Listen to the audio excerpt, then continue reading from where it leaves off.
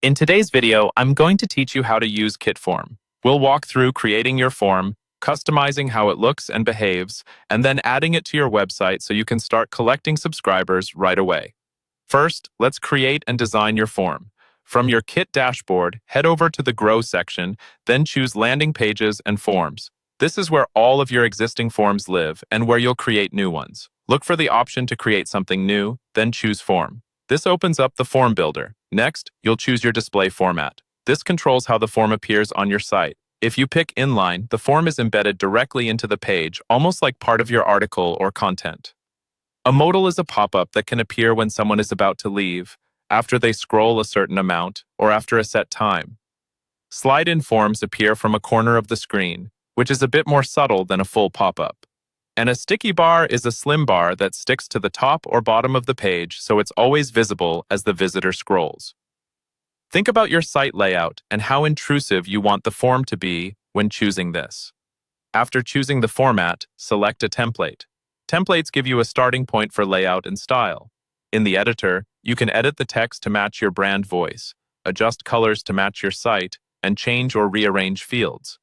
Use the plus icon to add new fields like first name, or remove anything you don't need.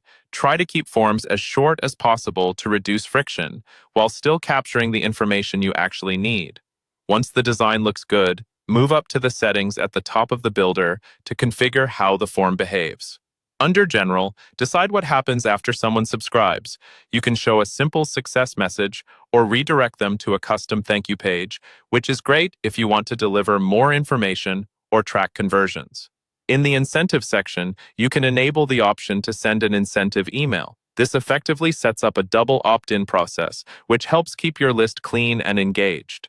Here, you can also upload a lead magnet file, such as a PDF guide, that people receive when they confirm their subscription. In the Advanced section, choose whether people who already subscribed should keep seeing this form or not.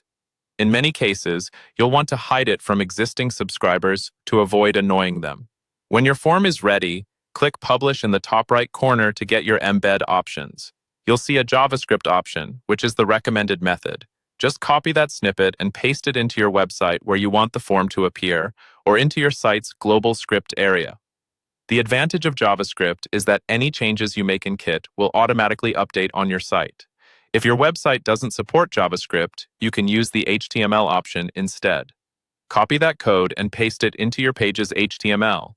Just remember that with plain HTML, anytime you change the form inside Kit, you'll need to copy and replace that code again on your site to see the update. Finally, if your site runs on WordPress, you can use the Kit WordPress plugin. Once installed, you'll be able to add your form using a shortcode or by inserting it as a block in the Gutenberg editor.